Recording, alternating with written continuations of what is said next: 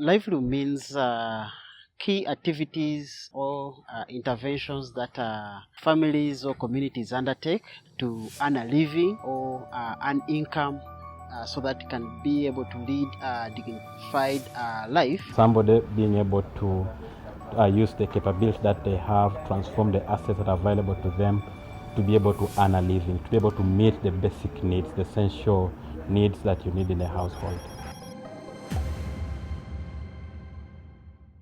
We have seen a number of shifts in the kind of needs and demands that people have, but also we have seen a number of shifts in how the response actors are responding and supporting the people of concern. When I look back, most of the interventions looked at life-saving activities that were short-term, immediate support, life-saving, food assistance, nutrition assistance, related interventions. We were still in that mode of the humanitarian setup, whereby most of the interventions were short-term, livelihood interventions. We are now looking at the recognition of a shift from humanitarian to development.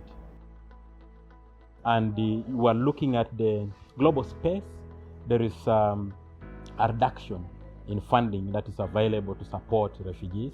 So the funding cuts are really showing a big impact negatively on the response. And that means that building sustainable livelihoods is a very big thing that we need to look into, because it drives us into the pathway of self-reliance. The other challenge that also we see is the changing climate, especially for the refugees to engage in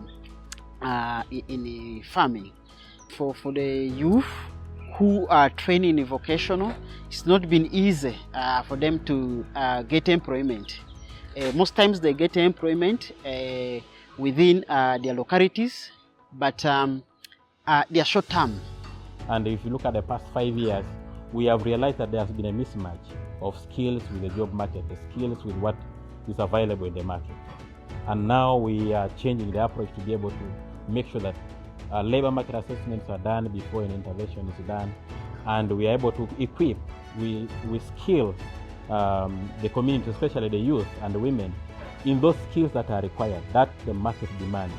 Most times, partners have promoted production, agricultural production on ground, but also what has been a bit of a gap is limited access to viable markets. So now there are a number of partners coming with the market systems development approaches that are addressing that. Most of the interventions have been short-term interventions, whereby when we are having the livelihood intervention, like they don't give a full package to drive the communities that are supported to self-reliance.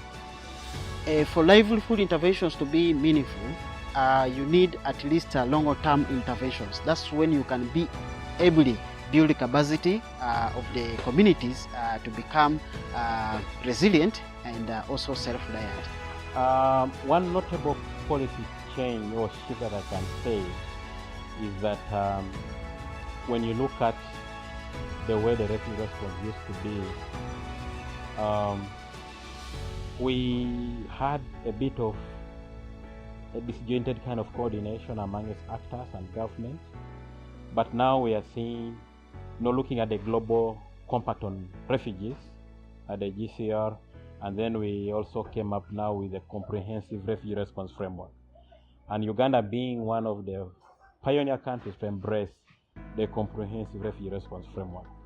This has really consolidated the efforts of actors together, put actors together, improve the coordination between the humanitarian and development actors at the highest level possible.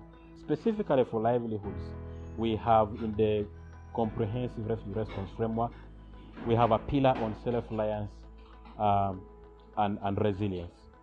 Yeah, one key thing that players within the livelihood sector should do is to design interventions together with the participants and the communities. That's where we can be able to have ownership of this intervention?